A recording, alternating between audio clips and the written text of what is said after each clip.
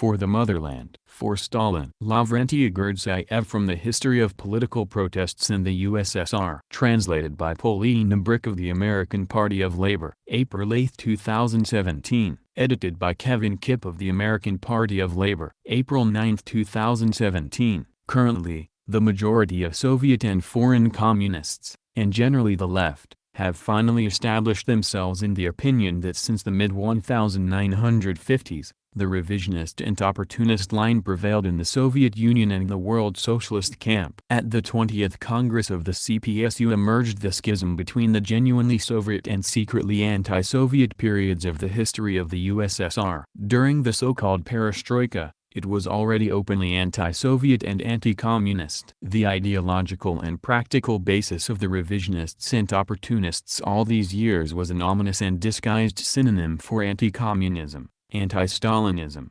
sometimes lurid, sometimes muffled, but never changing. The actions of overt and, otherwise, covert counter-revolutionary forces within the Soviet and world communist movements have been thoroughly investigated by historians, economists, and publicists of different countries, and are fairly well known to the progressive public. What is much less studied are the evidences of inter-party and popular resistance to the outbreak of the Khrushchev counter-revolution. For a long time, there was an opinion that the members of the party unanimously supported the decisions of the 20th and the subsequent congresses of the CPSU. This is not the case. Dissenters were in the minority, but a minority of a fair number. In some primary party organizations, up to 40% of the composition. Anti-Stalinism did not have a full support even in the most subordinate and disciplined structures, in the army party organizations. For the sake of justice, I note that the essence of the anti-socialist reforms that the Khrushchevites were passing was not noticed by many people because of the treacherous Marxist-Leninist rhetoric that concealed the pro-capitalist degeneration of the country. Nevertheless, outrage in the party and among the people sometimes acquired explosive nature. It should be recognized that in a number of concrete speeches there was an anti-Soviet component. However,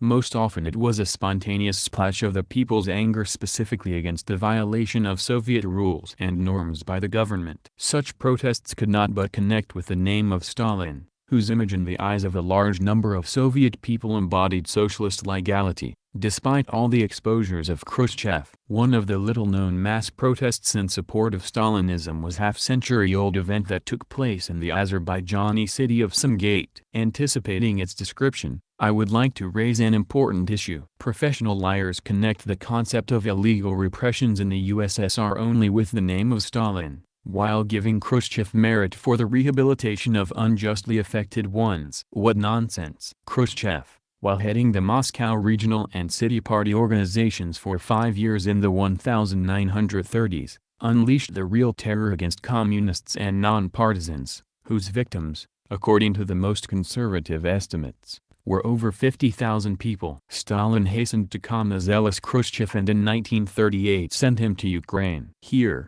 as the first secretary of the Central Committee of the Communist Party of the Republic, Khrushchev again led it to the leaders in terms of the percentage of the repressed. His bloodthirsty telegram to Stalin has been preserved. In it, Khrushchev, if not as a psychopath, then, as an undoubted sociopath, resents the fact that Moscow, after a thorough check, approves only 2,000 to 3,000 out of 17,000 to 18,000 monthly sentences pronounced by Ukrainian authorities. Again, who cooled the pathological zeal of this humanist with his hands covered in blood up to elbows? Stalin, who was the first rehabilitator of victims of despotism and under whose leadership in the late 30s the first mass rehabilitation took place. Of the 1.2 million prisoners in the 180 million country, about 350,000 acquitted persons on political and criminal cases were released. Their innocence was proved, unlike a significant number of those criminals who were indiscriminately rehabilitated in the years of Khrushchevism and Gorbachevism. Repressions of the Stalin era are in reality an inevitable, predictable class struggle in the harshest conditions of the imperialist encirclement. Moreover,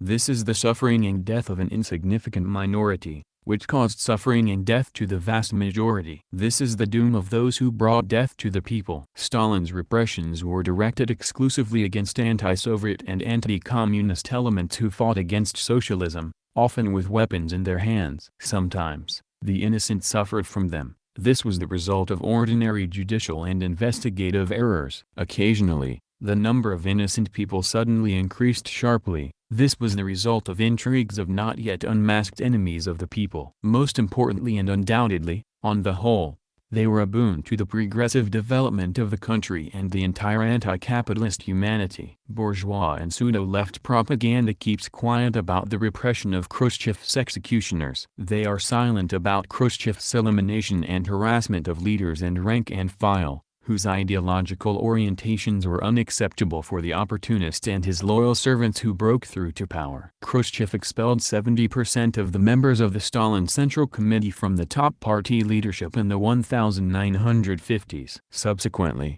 distrustful and vindictive, he changed the composition of the Central Committee by another 50%. He changed the composition of the Central Committees of the Communist parties of the republics, as well as regional parties, city and district party committees by the same amount multiple times. This was how the vengeance, the beating of cadres, the creation of a sycophant valetry and planting a primitive cult of a primitive personality were done. Fabrication of criminal and political cases and defamation in press, public moral executions of honest people and their secret murders are indispensable attributes of the repression of the Khrushchev period. The maximum prison terms were given to ordinary citizens for chatter, which Stalin did not pay attention to or punished on the administrative line. People in Tbilisi, Temirtau, Baisk, Novocherkassk and a dozen cities of the country received bullets in response to rallies, gatherings and processions as soon as they protested against the policy that was increasingly anti-popular in Khrushchev's time. But what is more important is this: post-Stalinist repressions are characterized by half-heartedness toward anti-Soviets, anti-communists. Instead, they were, consciously and instinctively, tough against the Stalinists, who even then represented, and now represent an unprecedented example of devotion to Soviet power and the communist ideals. Unlike bourgeois dissidents, the repressed Stalinists did not whimper and appeal to foreigners for help, did not write libels against our reality. They did not write memoirs about the libels spilled on them, or about tortures administered by Khrushchev's jailers, about their personal broken fate, for they did not want to throw even the slightest shadow on our state. The state which is no longer there, but to which, as Bolsheviks, as Leninist-Stalinists, they remained forever faithful. Today they are passing the baton of this fidelity to the growing post-Soviet generation. After all, among this generation, to the alarm and even panic of the domestic bourgeoisie, a great interest is being ripened in the content and forms of life in the Stalin era, which today's young men and women give a predominantly positive assessment. I emphasize that the state security organs of the USSR were able to immediately stop the subversive work of pro-capitalist dissidents and their close ties with the West. But, contrary to the widespread myths, they did it sluggishly, and sometimes reluctantly. For during the post-Stalin period, they gradually turned from the reliable and just instrument of the dictatorship of proletariat into a rusty instrument of petty bourgeois politicking. As a result, instead of sending dissidents to the uncomfortable logging camp, they were expelled to hospitable USA and Europe, where they were deployed in all their anti-Soviet fullness and prowess, causing us even more harm than when they were inside the country. Moreover, there is not a single fact that shows that Stalinists, who were arrested for unlawful actions but of different content, would be repressed in this way. A Stalinist could be thrown in jail, but never was he sent to the People's Republic of China or the People's Republic of Albania, i.e. to the states that actively condemned criminal de-Stalinization. Khrushchev's lie about Stalin provoked the first major anti-government unrest in 1956. It covered almost the whole of Georgia, especially the capital of the republic, Tbilisi. Former frontline soldiers, leaders of production and honored cultural figures, communists, members of the Komsomol and non-party people, workers, engineers and teachers, men, women and children came to the streets. Many put on orders and medals. Those people were unfoundedly attributed to be motivated by nationalistic sentiments. But then, the Georgian youth, brought up in the spirit of Stalinism, raised the following slogan, among others: "The socialist fatherland is in danger." Tbilisi demonstrators, without any hesitations, were shot. In hindsight, they were accused of counter-revolutionary activities. They searched but never found a trace of foreign involvement. In 1989, in the same Tbilisi, young people, inflamed by the feverish atmosphere of perestroika, were shouting, "Down with socialism, down with the Soviet Union, down with the communists." After waiting, they were dispersed, but no one fired at them. Gorbachev's power did not even try to accuse them of counter-revolution, although the counter-revolutionary nature exposed itself openly, as a parade. And the foreign special services left their traces in such a way that it was not even necessary to look for them. These were the fruits of upbringing in the spirit of anti-Stalinism. The scenery and the formal plot remained the same, the capital of Georgia, the manifestation of protest. But how strikingly different were the protesters. After a little more than 30 years, not only did generations and the eventual occasion changed,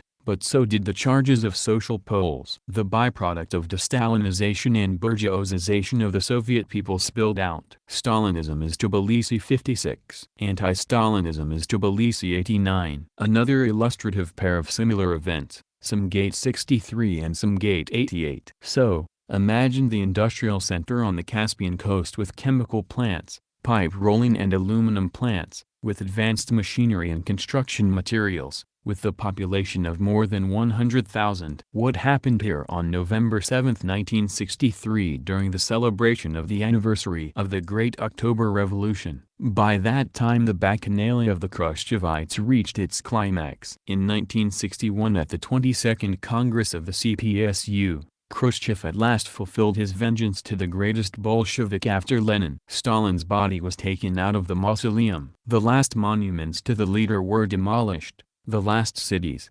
streets, collective farms and state farms that bear his name were renamed. For the Soviet mind, such move meant, at the very least, an unacceptable violation of ethical norms. Disoriented population did not cause an organized mass protest, but the indignation at the domestic level was colossal. I personally recall an episode of scrapping of a monument to Stalin in one of the provincial cities. Bunches of flowers flew to the monument. A dejected crowd threw them from the rows of a dense police cordon. At that time, gray-haired veterans of the revolution were still alive, who were known in the city in person. Today they are demolishing monuments to Stalin. But this is only the beginning. Tomorrow they will demolish the monuments to Lenin. I, as a schoolboy, did not believe these visionary words of one of the veterans, but I remembered them forever. Dissatisfaction with power during all the post-Stalin years only ripened. Millions of workers despised and hated Khrushchev, during whose rule the prices were rising and wages falling, churches were closing and household plots were cut, bureaucrats were disgracing and crime was growing. Even far from politics, poorly educated townsfolk, not penetrating into the nuances of ideology and economics, realized that the USSR had moved away and was rolling somewhere else. With a degree of naivety, they unambiguously painted the picture of life in black and white colors and declared, Stalin was good, and Khrushchev is bad. Well, that's right. Stalin was a symbol of a better life and a hope for catastrophically diminishing social justice. Even for a Russian student, even for an Azerbaijani worker, even for a Georgian intellectual, even for a Tajik peasant. No wonder, Stalinism was regarded by all as an antipode of Khrushchevism. The struggle between them was not for life, but for death, with the complete and unfortunate advantage of the Khrushchevites, who relied on unlimited possibilities of administrative leverage and on the entire repressive power of the state. Soon enough, this would result in a very peculiar form of criticism of the regime. In shoemakers' booths, Stalin was a shoemaker in his youth, on the windshields of cars, on lapels of jackets, not to mention the people's apartments. The images of the leader, seemingly already eradicated from the memory of the people, would appear again. However, in Sumgate, something extraordinary happened at the official festive demonstration in honor of the anniversary of the Great October Socialist Revolution. Before moving to the place of the event, I will bring a significant fact from an unexpected sphere, that of diplomacy. On November 15, 1963, the ambassador of the Republic of Cuba to the USSR Carlos Olivares Sanchez was admitted to the Central Committee of the CPSU at his request. This time, it was not about matter of bilateral cooperation, but about the unprecedented complaint of the ambassador. He told Soviet comrades that a few days ago the head of a group of Cubans who were interning at the Sumgait thermal power plant came to the embassy. This leader reported to Comrade Sanchez that the whole group observed anti-state protests on November 7. The interns were stunned by what they saw and heard: portraits of Stalin, anti-Khrushchev speeches. They witnessed how the crowd thundered institutions, shops, police stations, beat party and Komsomol leaders. The head of the Sumgait police was allegedly kidnapped and killed, and then there were clashes with regular troops. One of the Cubans also suffered. He was attacked when he began to photograph a strange demonstration. Ambassador's definition: suspecting something amiss, the townspeople called him Cuban informer, a traitor, and according to the ambassador, threatened to teach him the laws of Caucasian hospitality. In general, the Cuban students asked to be transferred to another region of the USSR, away from the Caucasus. The ambassador, shocked by the details of the incident, which the Cubans called a Stalinist riot, worried for the safety of his compatriots. But, apparently, he was even more agitated by the fact that there was not a word in the Soviet mass media about such large-scale political incident. It is hard to judge how honestly the ambassador was informed in the CPSU Central Committee, but the fact that the party leader of Azerbaijan at the time Vyakhandov was cunning while reporting to Moscow about some Gate events, is beyond any doubt. He reassured the Union leadership that he personally traveled to Sumgait and talked with the rioters,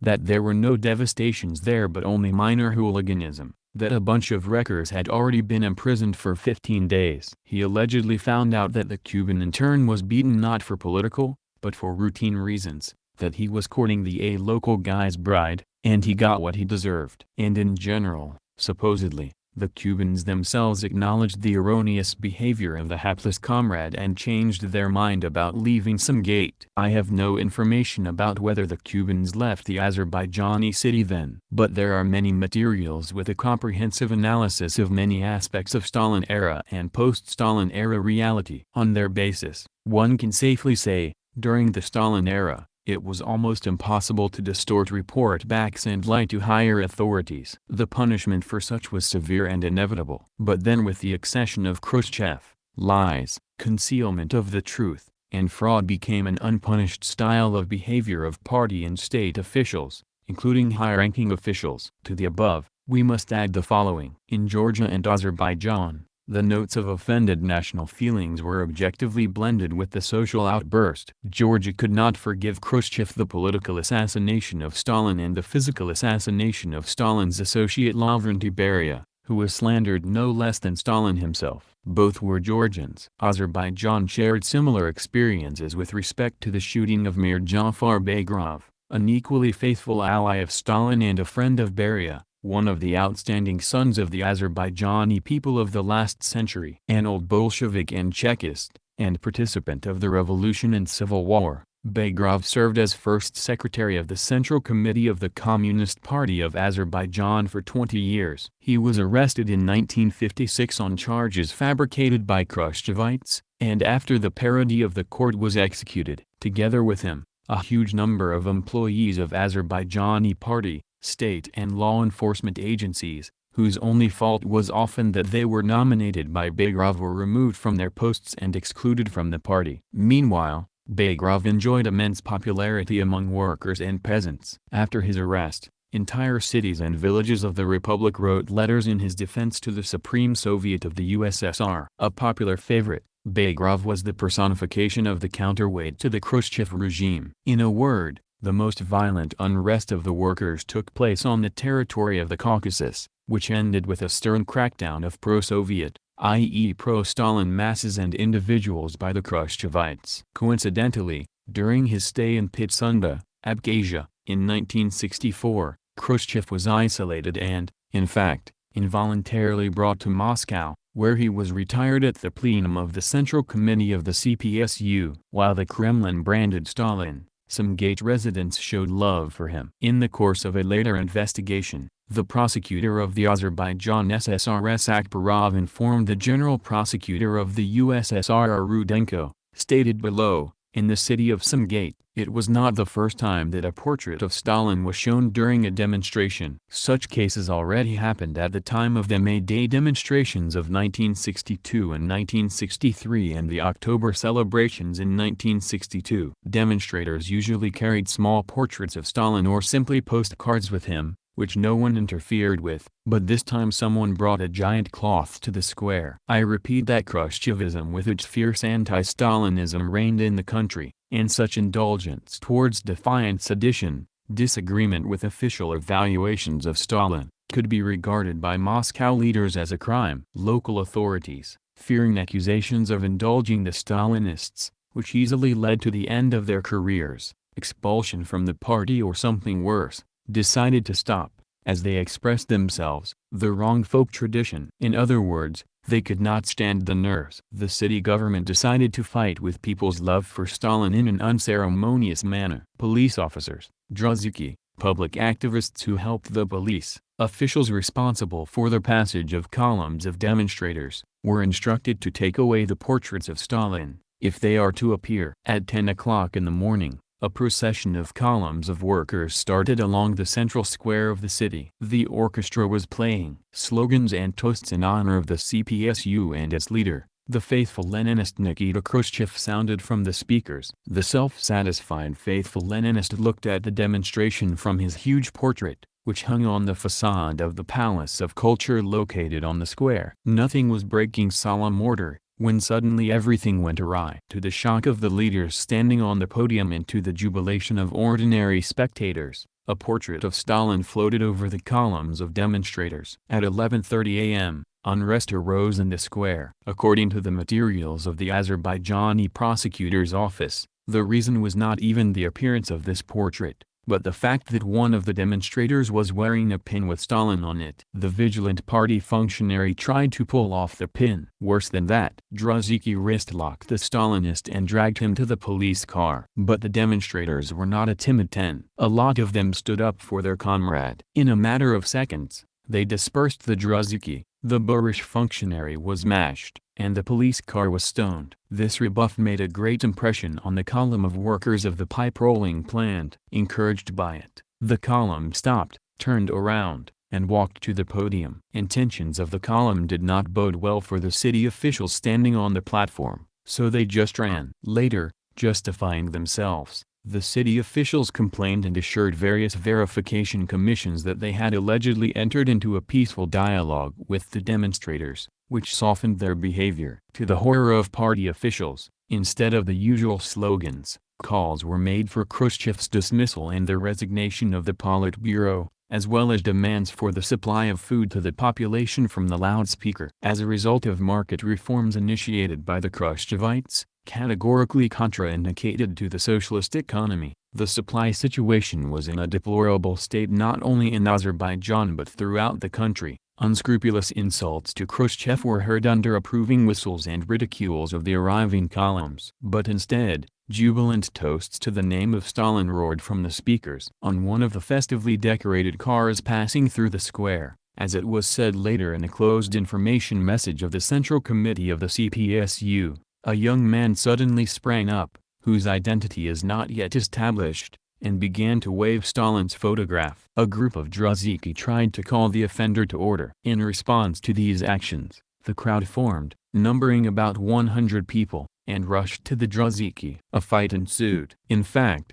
the crowd consisted first of hundreds, and then of thousands of people, who fiercely resisted the guards of order. Soon, the demonstrators, gaining more and more support from townspeople, went over to total offensive, and the police retreated. The aforementioned huge portrait of Khrushchev at the Palace of Culture was torn down and torn to shreds. Portraits of leaders of the CPSU, with loud approval of the entire area, were knocked down from the stands. Soon, a deputy of the city police caught by the workers was brought to the platform. He was packed down, pushed into a bus, and driven to his office, most likely, for negotiations about the fate of several rebels, whom the police managed to detain at the very beginning. At the same time, the protesters who climbed onto the roof of the bus shouted calls for an uprising against the Khrushchev regime. Simultaneously, The sound of broken glass of police stations rang in the air. Police officers hesitated to fire bullets yet. They used their clubs, then they simply locked and barricaded themselves. But the city council,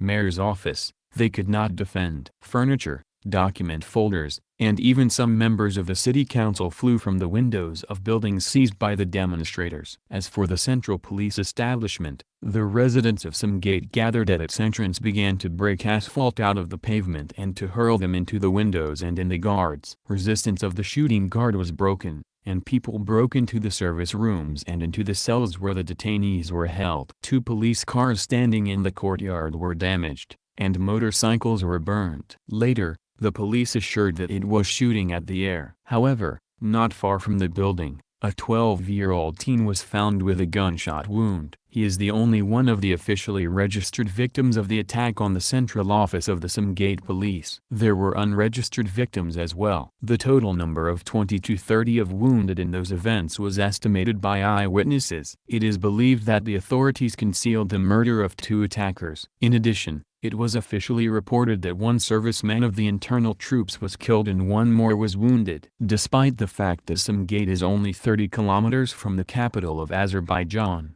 Baku, local law enforcement forces had to wait a long time for reinforcements. Only towards evening, the armed units of internal troops arrived here, and the riots were suppressed. Until late night, raids and arrests continued, but it was impossible to arrest the entire city. Khrushchev was furious. There was revolt of the people directed personally against him. In this he saw the intrigues of organized Stalinists, who craved political revenge. Alas, there was no organized resistance to the opportunist course. If we talk about Khrushchev's displacement after a year, then, yes, it was carefully planned, but not by the Stalinists, but by the conductors of the same opportunist, revisionist line. Leaving the bridge from 1963 to the future, I will briefly explain. Khrushchev's China turned out to be too rabid, too poorly managed by behind-the-scenes puppeteers. If the cult of Stalin's personality was solemnly majestic, then Khrushchev's self-bloated cult looked excessively lurid and caricatured. Affairs in the country were getting worse and worse, and Khrushchev was rolling out abroad. With a huge retinue, squandering the people's money, he visited 36 countries,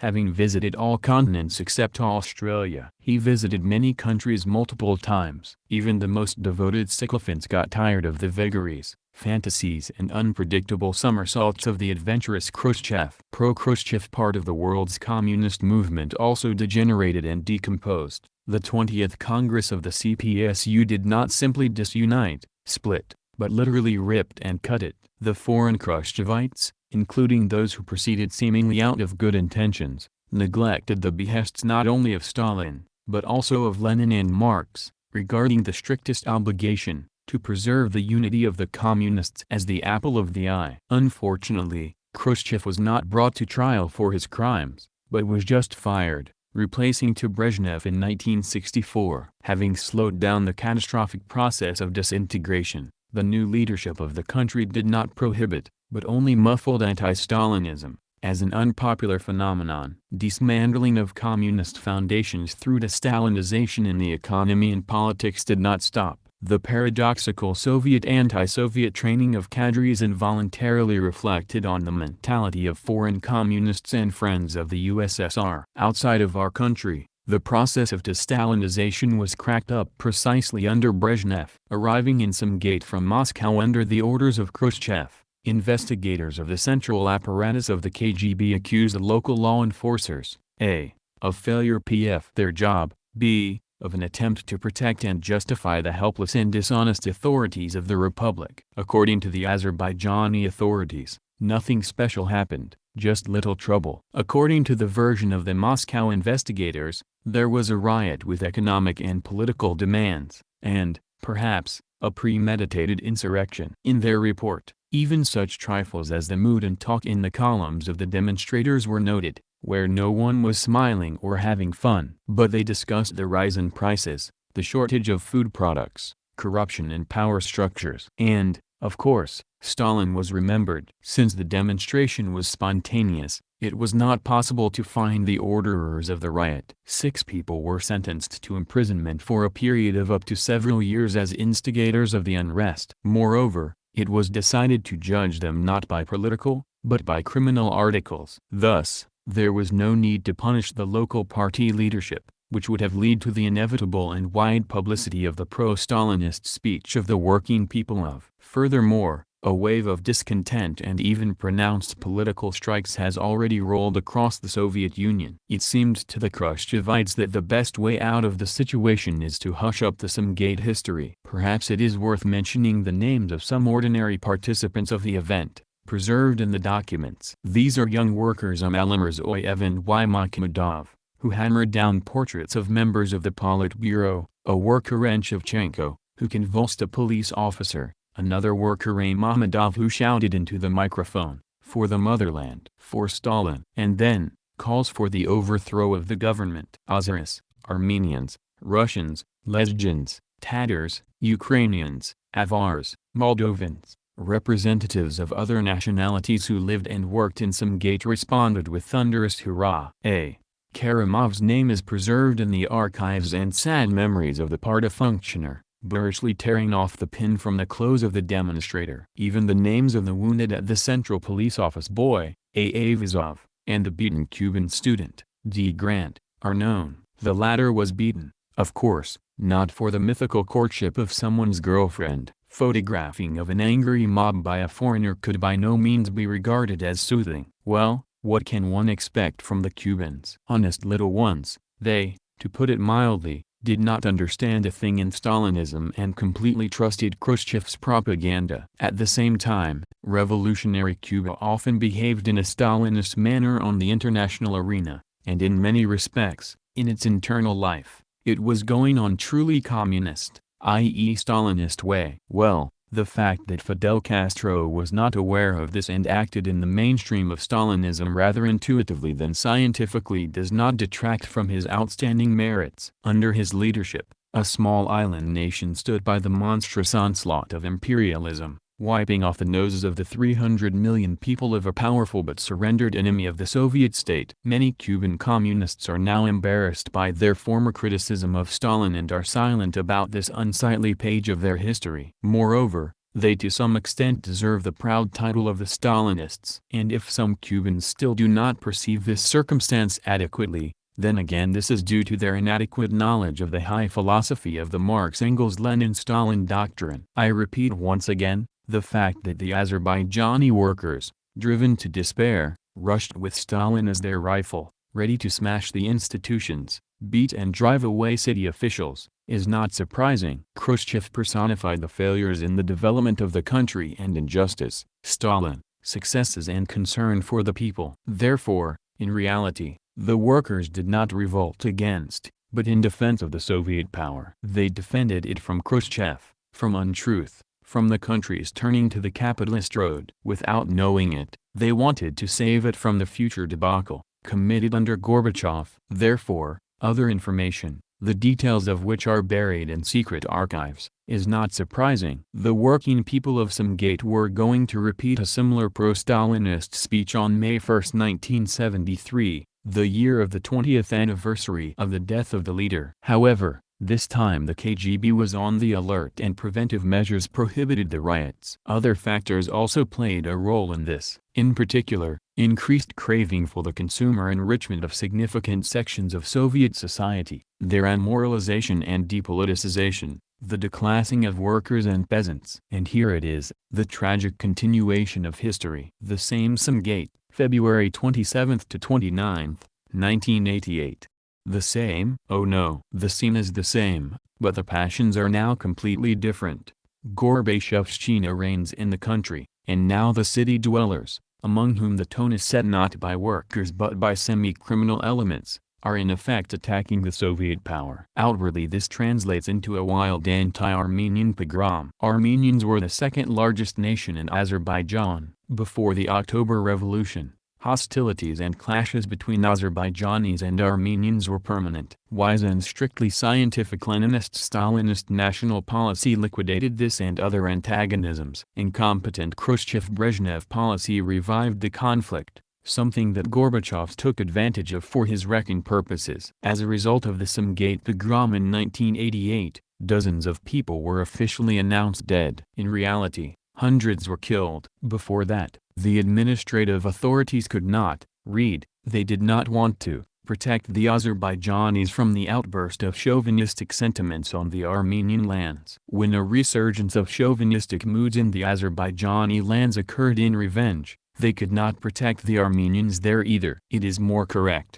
however, to state, and there is plenty of evidence, that Gorbachev and his gang deliberately provoked the Azeri-Armenian slaughter, sabotaged the adoption of emergency measures to curb it. Troops, which were ordered to Sumgate with great delay, were forbidden to use weapons against the rioters. Suddenly it turned out that in a city that was once famous for its internationalism, the population did not have immunity against anti-Soviet, anti-socialist bacilli. Long-standing anti-Stalinism corrupted people. The manifestations of ethnic intolerance were rare in the vast space of the multinational Stalinist USSR. The dictatorship of the proletariat knew how to deal with any social, national and other evils. But in the 50s this dictatorship, this core of the socialist state, was liquidated by the Kremlin revisionists at the legislative and executive levels. The Stalin epoch was coming to an end.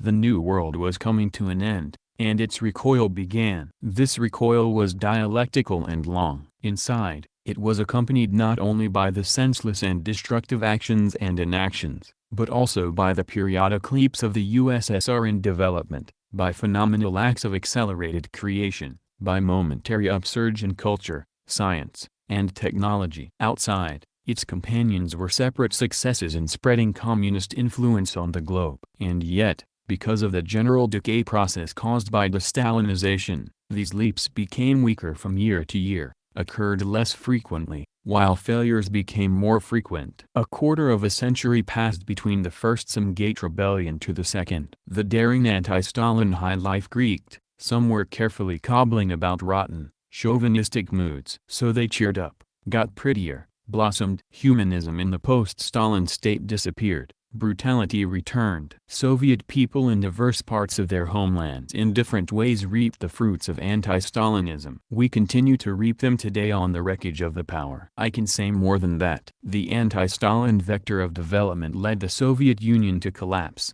which stimulated the unconcealed aggression of the West against the countries and nations that did not obey them, leading to millions of victims. Aggression expands and deepens. Thus those fruits are reaped, in effect, by the whole planet. Lavrentiy Gurdzhiyev. End of audiobook.